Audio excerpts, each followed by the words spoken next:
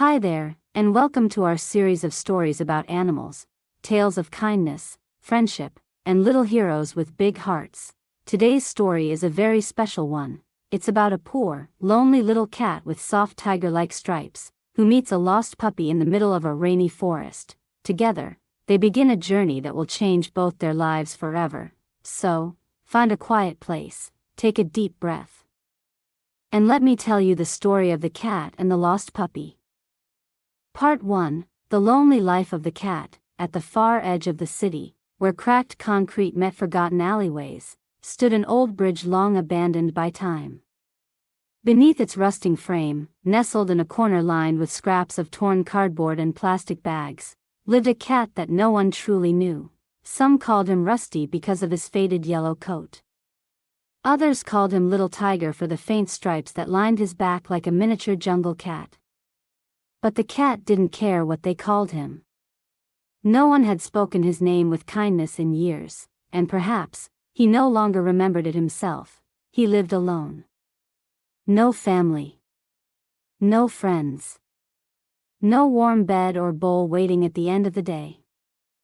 He was a drifter, a shadow slipping between the cracks of a world too busy to notice him. Each morning, he scavenged among the trash bins behind the fish market, dodging kicks from shopkeepers or racing rats to the last scraps of food. Yet, even in his struggle, he was kind.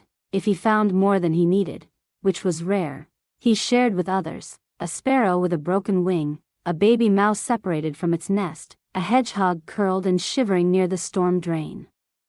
He never expected anything in return. That wasn't why he did it. At night, while the city lights flickered and the wind howled through the alleys, the cat curled into a tight ball beneath the leaking roof of his shelter. He listened to the rain, to the distant thunder of trains, and to the hollow echo of dreams he no longer chased. He once had a home, long ago, a real one. He remembered soft hands, warm blankets, the scent of grilled fish, and a voice that called him sweet boy. But that home disappeared. One day, the doors simply never opened again. Since then, the world taught him how to survive, but never how to stop hoping. Even so, his eyes still glowed with a gentle light. Not of comfort, but of resilience, of a heart that refused to harden. Each day, he followed a quiet routine, visiting the bakery where crumbs were sometimes left out, the old parking lot where a kind security guard tossed him bones, and the busy corner of the market where he was ignored but not chased away. He had grown used to silence. He didn't expect help. He didn't ask for anything. But he never turned away a creature in need. One chilly evening, as the wind lashed at the bridge and cold drizzles soaked the streets, the cat curled into his usual corner, trying to sleep. That night, however, something changed. A sound, faint, trembling, almost a whimper, drifted from the far end of the alley. It wasn't the wind. It wasn't a rat or a bird. It was the sound of someone afraid.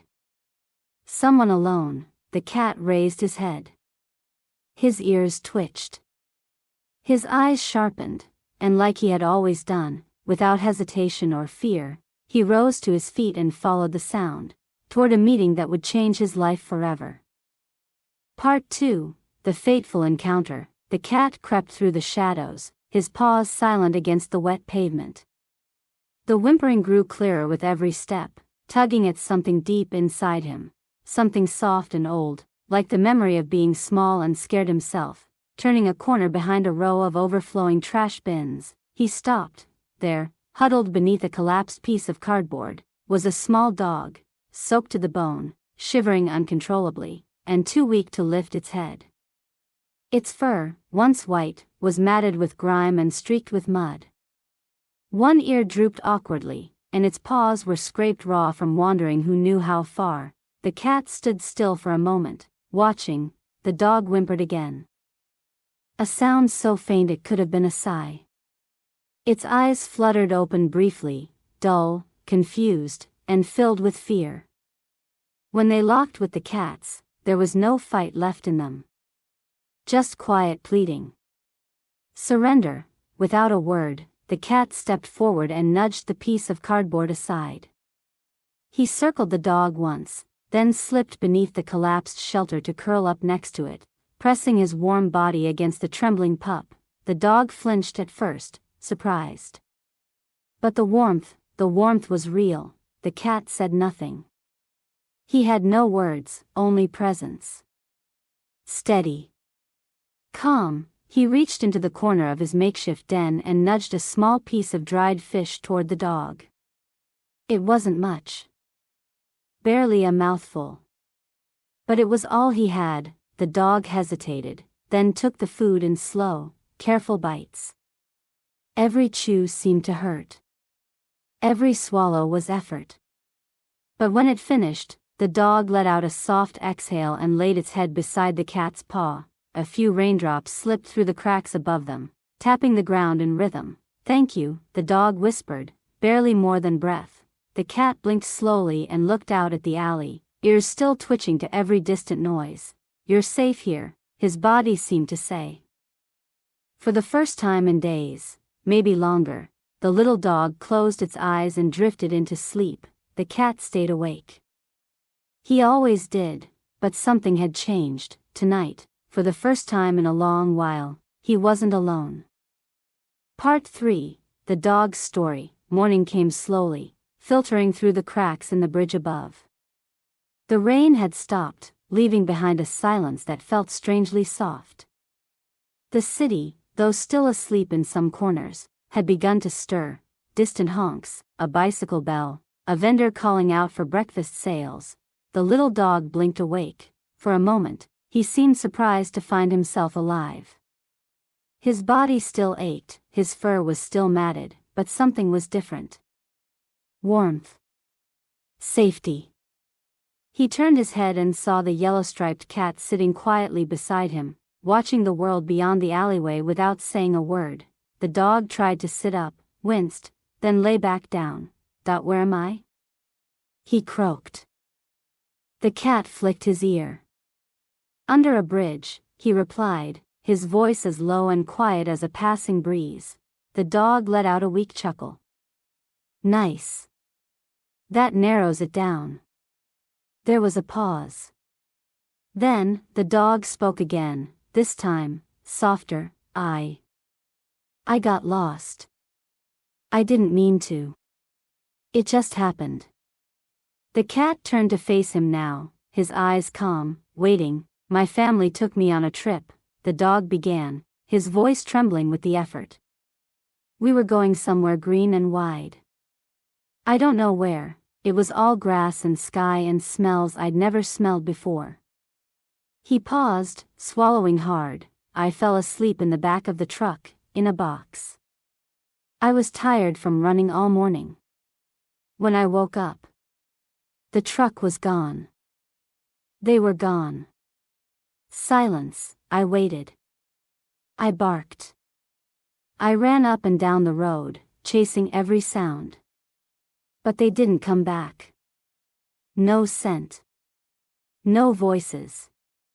Nothing." The cat lowered his head slightly, listening. "I've been walking ever since. Following roads, fences, anything that looked familiar. I thought I saw the same tree once, or maybe the same building. I don't know anymore. I don't even know if I'm close or going in the wrong direction." The cat looked at him closely. "Do you remember anything about where you came from?" The dog nodded faintly. "A big red bridge. A lake. With those floating plants. Round leaves. White flowers in summer. My humans said they were lotuses." The cat's ear twitched. "A red bridge and a lake with lotuses," he repeated, as if committing it to memory. The dog curled in tighter. "I'm not sure if that helps." "It helps," the cat said. There was another long pause. Then, the cat stood and walked a few paces, tail twitching. "Rest. When you're stronger, we'll go find your home." The dog's eyes widened. "You'd really help me?" The cat didn't answer immediately. He looked out toward the misty city skyline. You helped me, he said at last. You reminded me what it's like to care again.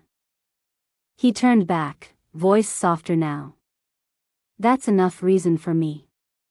And for the first time since his journey began, the dog felt something spark in his chest, not just hope, but trust.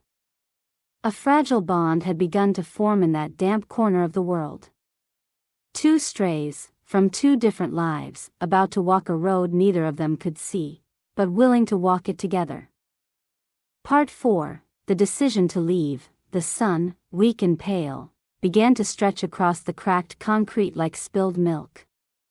A thin mist still clung to the corners of the alley, and above, the metal bones of the bridge groaned quietly in the morning breeze. The dog stirred again, stronger than before. His wounds still ached, but something in him had shifted. There was a steadiness in his gaze, a focus he hadn't felt since he'd lost his way. The cat had already been up for hours. He stood near the edge of the alley, watching the early stirrings of the city, delivery carts rattling over cobblestones, a boy chasing after a wayward hat, the world turning without ever noticing the two small lives hidden beneath a bridge. The dog limped over to him. I'm ready, he said. The cat didn't look back. You're not. I can walk. You'll need to do more than walk, the cat said, voice calm. You'll need to keep moving. Even when it rains. Even when it hurts. Even when you're hungry. The dog hesitated. You think I can't? The cat finally turned to him. I think you've made it this far, and that means you're strong. But strength won't be enough. You'll need something else. What? The cat's eyes narrowed thoughtfully. A reason. The dog blinked. I just want to go home. That's not a reason, the cat said. That's a hope. They're not the same. The dog lowered his head. For a long time, he said nothing. Then, with a quiet voice, he whispered, I want to know that I wasn't forgotten. The cat paused. His tail stopped swaying. His expression, usually unreadable, shifted, just a little. I want to know, the dog continued, that they still think of me. That I mattered. The cat said nothing, but there was something gentle in his silence, as if he understood completely. Then let's go, the cat finally said. We'll start with the red bridge. The dog tilted his head. You know where it is? No, the cat admitted. But I've heard stories. There's a lake near the edge of the eastern woods. The birds talk about it during spring. Lotuses bloom there. I've never seen it, but I've always wanted to. The dog's ears perked up. Then let's find it. The cat looked down at the few things he owned, an old can lid he used to collect water, a piece of cloth he had used as a blanket, a worn string he once chased in better days. He gathered them in a ragged pouch and tied it with a piece of wire. It won't be easy, he said. Easy isn't the point, the dog replied. The two strays stood at the mouth of the alleyway, side by side, one born to wander, the other lost by accident. Both seeking something more than survival. Without another word, they stepped forward, into a world vast and unknown, leaving behind the dark hollow under the bridge that had once been their only shelter. They didn't know how many days it would take. They didn't know what dangers lay ahead. But for the first time in a long while, neither of them walked alone. Part 5, the first night on the road. The sun dipped behind the rooftops, painting the sky in smears of orange and purple. Streetlights flickered to life one by one, casting long, wavering shadows across the narrow paths and overgrown fences. By then, the two travelers had already left the city behind. They had walked all day, slowly, carefully. The dog's paw still throbbed with every step, but he never once complained. The cat didn't say much, either. He led with quiet confidence, choosing side roads, slipping through narrow alleys, and always scanning for trouble. By dusk, the buildings gave way to untamed grass and broken sidewalks. The scent of the river hung in the air, tinged with moss and rust. They found a cluster of trees near an abandoned warehouse and decided to rest for the night. The cat gathered a few dry leaves and scraps of newspaper to make a rough bed. The dog collapsed beside him with a sigh, tongue lolling from exhaustion. For a while, neither of them spoke. The wind rustled the branches above them, and somewhere in the distance, an owl called softly. Then, the dog broke the silence. "Do you ever miss it?" he asked. The cat turned his head slightly. "Miss what?" "Having a home. A real one. With walls. And a name." The cat was quiet for a long time. "I used to," he said finally. "There were nights when I dreamed about it. About the smell of fish cooking. Or the way the sun came through the window in the afternoon." He stared up at the stars. "But the longer you live without something, the more it feels like a story you once read. Not a memory. Just fiction." The dog was silent, absorbing his words. "I still remember everything," the dog said quietly. "The sound of my person's laugh. The way she tied a ribbon around my neck before walks. She used to call me Buddy.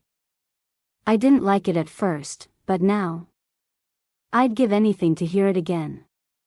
The cat didn't reply. Instead, he leaned slightly closer, enough that their fur touched. "You'll hear it again," he said. "We'll find that bridge. We'll find that lake." The dog closed his eyes, breathing in the scent of dry grass and old paper. "What if we don't?" he asked. The cat's voice was steady. "Then we keep walking. Together." The night deepened. Clouds began to gather, and a soft drizzle whispered through the leaves.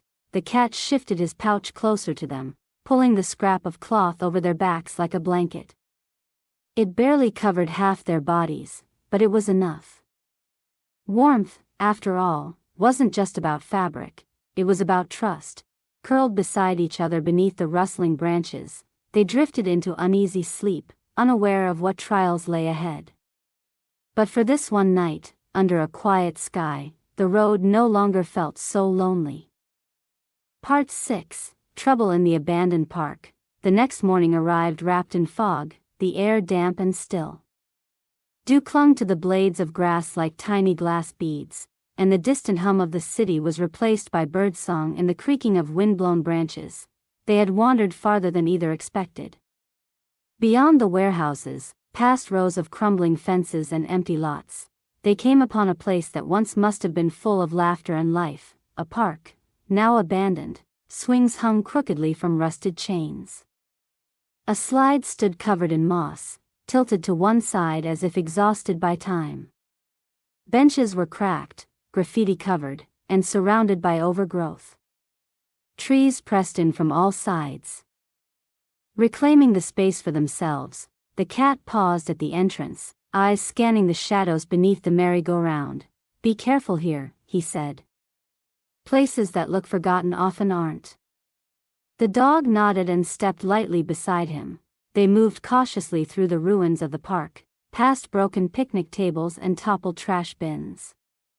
Near the center, they found a cracked fountain filled with stagnant water, and something else, a sound: click, scratch, flap. The cat's ears flicked. The dog froze. From the treetops above, black shapes began to shift, crows, at least a dozen of them. They circled high at first, cawing and darting like shadows with wings. Then, slowly, they began to descend, perching on branches, fences, and broken playground equipment. One, larger than the rest, landed on the rim of the fountain. Its eyes were sharp and calculating. It cocked its head at the two travelers. Well, it rasped, voice like gravel. "Look what wandered into our grove." "We don't want trouble," the cat said evenly. "Oh, I'm sure," the crow smirked. "But you've brought something with you that smells like it still remembers the comforts of kibble and warm beds." The dog lowered his head, unsure whether to snarl or stay still. "We're just passing through," the cat continued. "We won't stay." "Everything that enters here pays something," the crow said. "That's how we keep balance."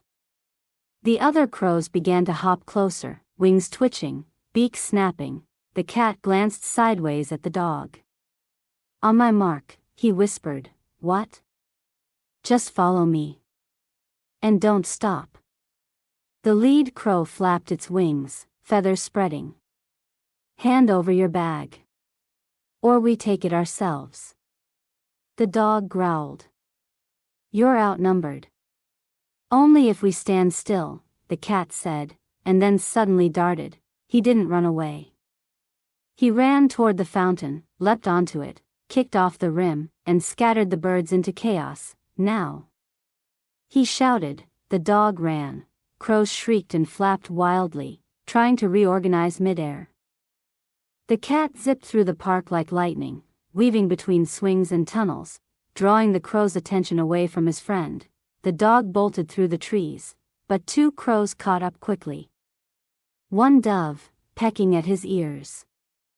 Another yanked at the cloth on his back. The cat saw it. With a sharp hiss, he turned, leapt off a broken slide, and launched himself through the air. He collided with one of the crows mid-flight, knocking it into the bushes. The other crow squawked and veered off. The dog kept running until he reached the edge of the park, lungs burning. A moment later, the cat emerged from the underbrush, panting, his fur ruffled but his eyes calm. "You okay?" he asked. The dog nodded. "You didn't have to do that." "Yes, I did," the cat said simply. They didn't look back. As they moved on, the trees thinned, and the road reappeared beyond the next hill. The danger had passed, for now, but the bond between them had deepened. They didn't have much in this world. But they had each other, and in a world full of crows and cold nights, that was worth more than anything. Part 7. The journey across the lake. The path eventually brought them to the edge of a great lake. It shimmered under the sunlight like a sheet of glass, unmoving and vast. Lily pads floated silently on its surface, their round green shapes gently bobbing. In the distance, birds dipped in and out of the water with easy grace. The air smelled clean, full of moss, water, and old stories. The dog stepped to the shore, wide-eyed. "This place," he whispered. "It smells familiar." The cat nodded slowly. "It might be the lake from your memory." The dog walked along the edge, sniffing every tree, every rock, every ripple. But there were no signs. No ribbons. No footsteps. No house, just stillness. He turned back to the cat. "How do we get across?" The cat looked out across the wide stretch of water. "We swim," he said simply. The dog froze. I don't think I can swim that far." "Then we find a way," the cat replied. They followed the shoreline for almost an hour until they found what looked like a forgotten dock. And tied loosely to it, half sunken and covered in moss, was a small rowboat. Old, weathered, but still floating. The cat jumped onto it, testing its weight. "It'll hold." The dog hesitated. "Are you sure about this?" "No," the cat said. "But we'll do it anyway." He found a long stick near the shore and used it to push the boat into deeper water. The dog climbed in carefully, trying not to shake too much. As the cat used the stick to push them along, the boat glided forward, cutting a gentle path across the mirror-like surface. Ripples followed them like shadows. In the middle of the lake, the water grew darker, the silence thicker. The dog stared over the edge. "Do you think anyone's ever crossed here before?" "Maybe," said the cat. "But not like us." The wind picked up slightly, and the boat rocked. The dog flinched. "It's okay," the cat said, steadying them. "I've got you." The dog looked at him, really looked. "You always say that," he murmured. Why? The cat's eyes didn't leave the water. Because no one used to say it to me. The boat drifted onward, slower now. Somewhere beneath the water, fish darted silently. Overhead, clouds thickened, threatening rain. But just as the sky dimmed, they saw something ahead, wooden posts sticking out of the water, leading toward a stone path on the far side. A landing. They had made it across. The cat nudged the boat against the shore and leapt out first, pulling the rope to keep it steady. The dog followed, paws slipping slightly on the wet stone. They stood on the far side, soaked, cold, but safe. You were right, the dog said. We found a way. The cat nodded, dripping wet but calm. We always will. They looked back one last time at the lake behind them, deep, wide, mysterious. Then they turned forward, ready to face whatever waited on the other side. Part 8, Whispers in the Forest. The path beyond the lake led into a forest. It wasn't a dark or frightening place at first.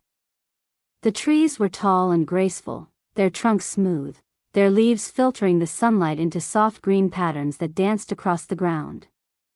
The air smelled of pine, damp soil, and something faintly sweet, like wildflowers hidden just out of sight. The cat walked ahead in silence, his paws barely making a sound on the mossy earth. The dog followed closely, ears perked, eyes darting. After some time, the dog spoke. It's quiet here. Too quiet, the cat said. They continued forward. With each step, the forest seemed to grow denser. The trees stood closer together. The wind grew still.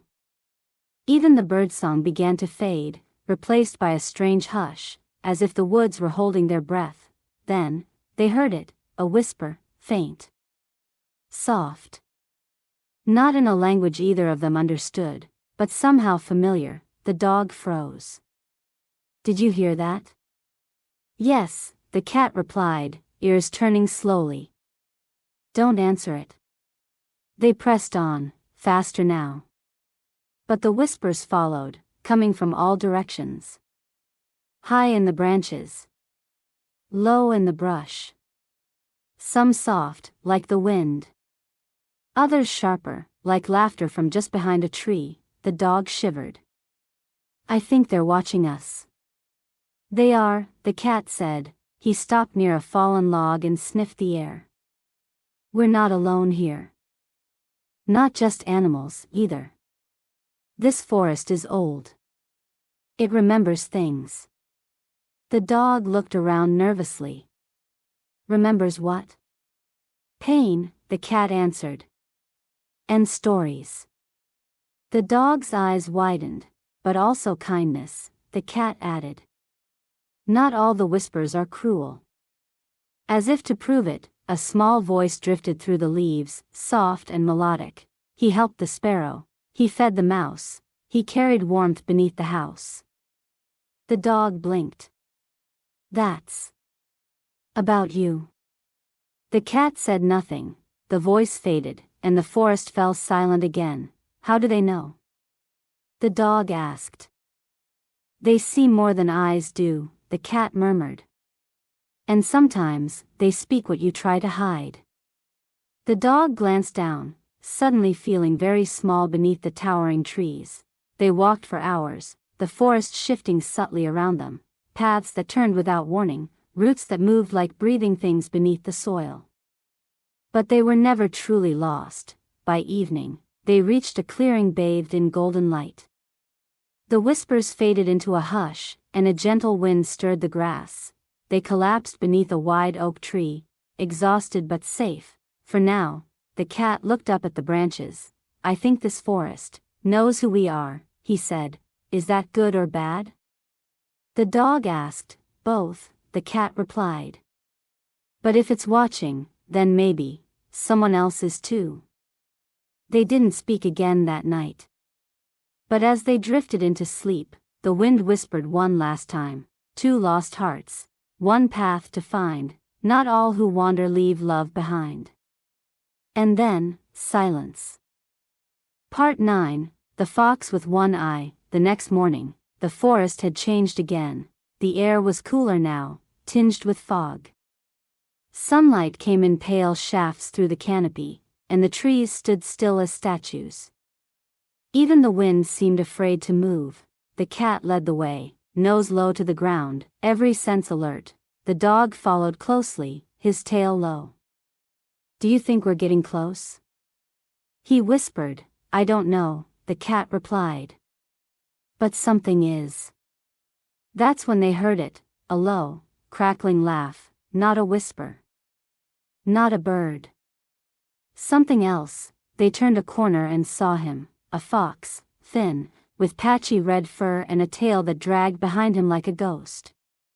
One of his eyes was missing, replaced by a jagged scar that stretched across his face like lightning frozen in fur.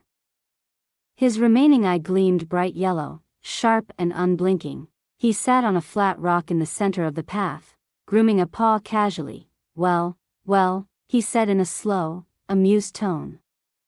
"Two wanderers in the old forest. That's rare. Or foolish." The cat stepped in front of the dog. "We're just passing through."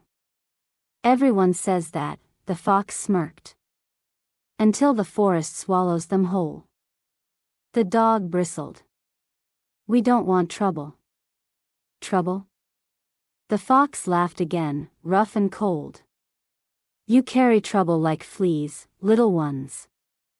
I can smell it on your fur." The cat narrowed his eyes. "What do you want?" The fox stood, slow and deliberate. "Nothing. Or maybe something. Depends." "On what?" The fox grinned. "On whether you're brave, or just stupid." Silence fell. Tension thickened, then the fox tilted his head. "You're looking for something, aren't you? A place. A face. A memory." The cat said nothing, but his tail twitched. "I've seen the lake with the lotuses," the fox whispered. "I've crossed the red bridge." The dog gasped. "You know it?" The fox leaned in close, his voice dropping. "I know many things. Some I keep. Some I trade." The cat asked carefully, "And what's your price?" The fox grinned wider. "A secret. One from each of you." The cat hesitated. The dog looked confused. "Tell me something you've never said aloud," the fox continued. "Something that lives in the quiet corners of your heart." The dog looked to the cat. "Is this a trick?" "Everything in this forest is a trick," the cat said. "But not all tricks are lies." A long silence, then the dog stepped forward, voice shaking. "I'm scared. That they didn't look for me. That they were glad when I was gone." The fox's smile faltered, just for a second. He turned to the cat. "And you?" The cat's eyes were cold. "I once wished the one who left me would never find me again." The fox's grin returned. "But softer now. There it is." He turned and pointed his snout toward the trees. "Go east," he said. "Follow the path of thorns. When you reach the stone gate, do not knock. Just listen. The one you seek has left a mark there." Then, without another word, the fox turned and vanished into the mist, as if he had never been there. The cat and dog stood in stunned silence. "Can we trust him?" The dog asked. "No," the cat said. "But I believe him." And with that, they turned east, toward the path of thorns. The forest watched them go. Part 10. The Path of Thorns. They found it just as the fox had said, a narrow trail veering off to the east, half hidden by tall grass and twisted branches. At first glance, it didn't look like much. But as they stepped into it, the change was immediate. Thorn bushes lined both sides of the path, their black branches curled like claws. Vines twisted across the ground, catching at paws and ankles. The air turned dense, almost heavy, and even the sunlight seemed to hesitate before filtering through the trees. The cat walked slowly, carefully, eyes locked forward. The dog followed close behind, wincing every time a thorn brushed his side. Why would anyone build a path like this? The dog muttered. It wasn't built, the cat said. It grew. The dog swallowed. Do we have to go through it? There's no other way, the cat replied. Not if the fox was right. They pressed on, the thorns grew thicker. Some hung low, forcing them to crouch. Others scraped across their backs, leaving thin, red lines. The path narrowed, and soon there was only enough room for one at a time. The dog fell silent. The cat glanced back. You okay? The dog hesitated. It just reminds me of something. What? The last time I saw my family, the dog said quietly. We were walking near the woods. I got distracted.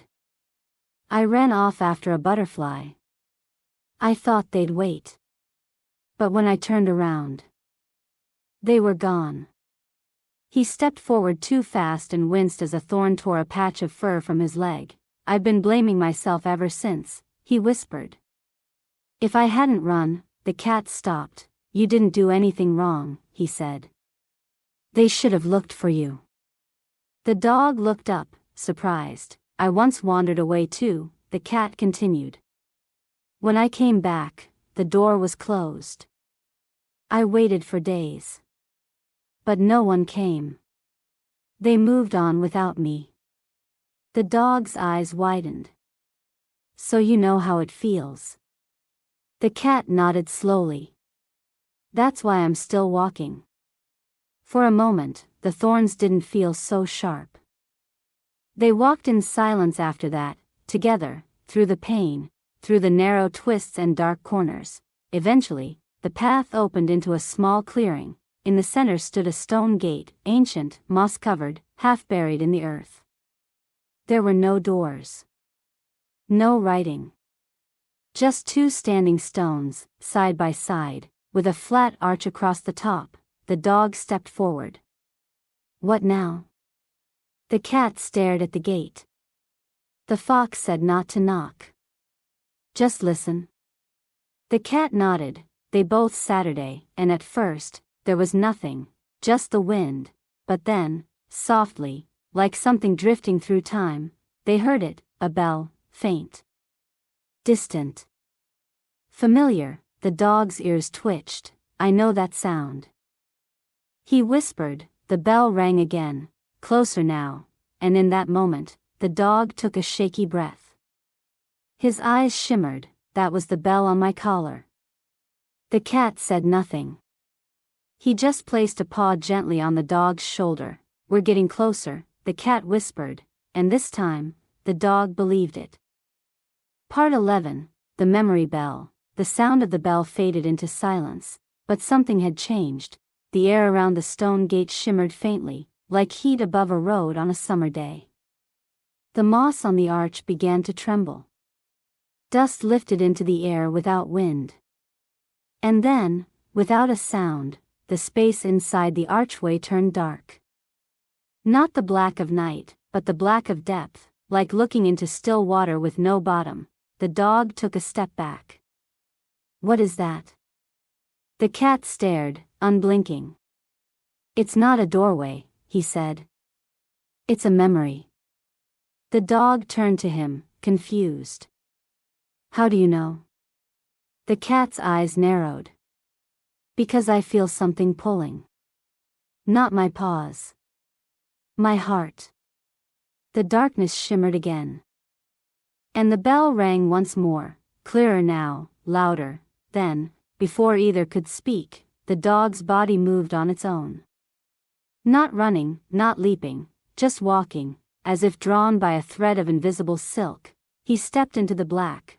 The cat lunged after him.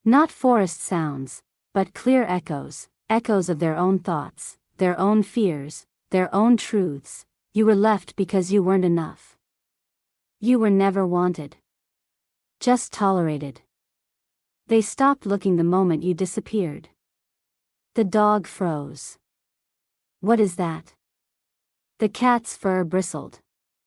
The bridge speaks what still clings to us. You push others away so you're not the one abandoned. You pretend to be brave. But you're terrified of hope. The dog stumbled back, ears pinned, tail low. Make it stop. The cat stepped in front of him, eyes fierce. No.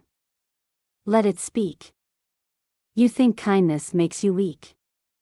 You carry the pain of every goodbye like it's your fault. The voices surrounded them, louder now, crashing like waves. The dog trembled. Is it true? The cat didn't look at him. Maybe. But that doesn't make it right. You are broken things, pretending to be whole. The cat looked up, defiant. We are broken. But we're still moving. And then, silence, the bridge stilled. Only the wind remained. The cat turned to the dog. Come on. The dog hesitated. What if they're right? They're not, the cat said. But even if they were, we walk anyway. Together, they crossed the rest of the bridge. On the far side, the forest was different. Brighter. Quieter. The path ahead curved gently toward the horizon, and beyond it, just barely visible, water lilies, a lake. The dog stared, stunned. We're almost there. The cat gave a small nod. Almost. The dog looked back at the bridge. Will it keep whispering? The cat's tail flicked. Not once you stop listening. The dog smiled faintly.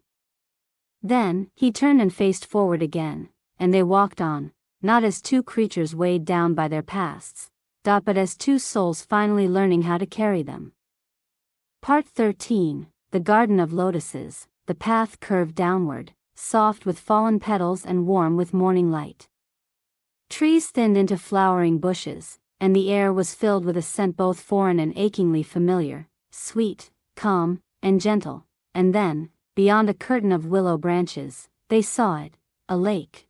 But not just any lake. This one was covered in lotuses, hundreds of them. Pink, white, soft gold, blossoming like stars across the water's surface. The lake was still, as if time itself had paused to let it bloom. It was beautiful in a way that made both travelers stop breathing. The dog took a shaky step forward. This is it. This is the place. The cat stayed quiet. Watching him, the dog walked slowly to the edge of the water, his reflection rippling beneath him. I used to sit here, he whispered. Right here. Next to her.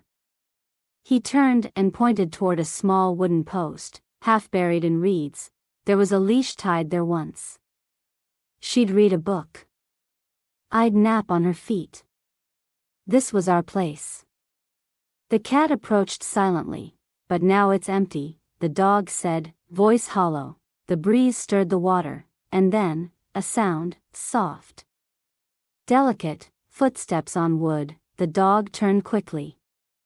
Did you hear that? From the other side of the lake, across a thin wooden bridge barely visible through the mist, a figure appeared, small. Human, she wore a yellow ribbon. The dog gasped. It's her. The cat narrowed his eyes. Is it real? The dog didn't answer. The girl knelt at the edge of the water. She looked out, her eyes scanning the shore. Slowly, she reached into her coat pocket and pulled out something tiny, shiny, a bell. She held it in her palm for a moment, and then she placed it gently on the ground. The dog stepped forward instinctively, but the cat blocked him. This may be part of the memory, the cat said softly. It may not be now.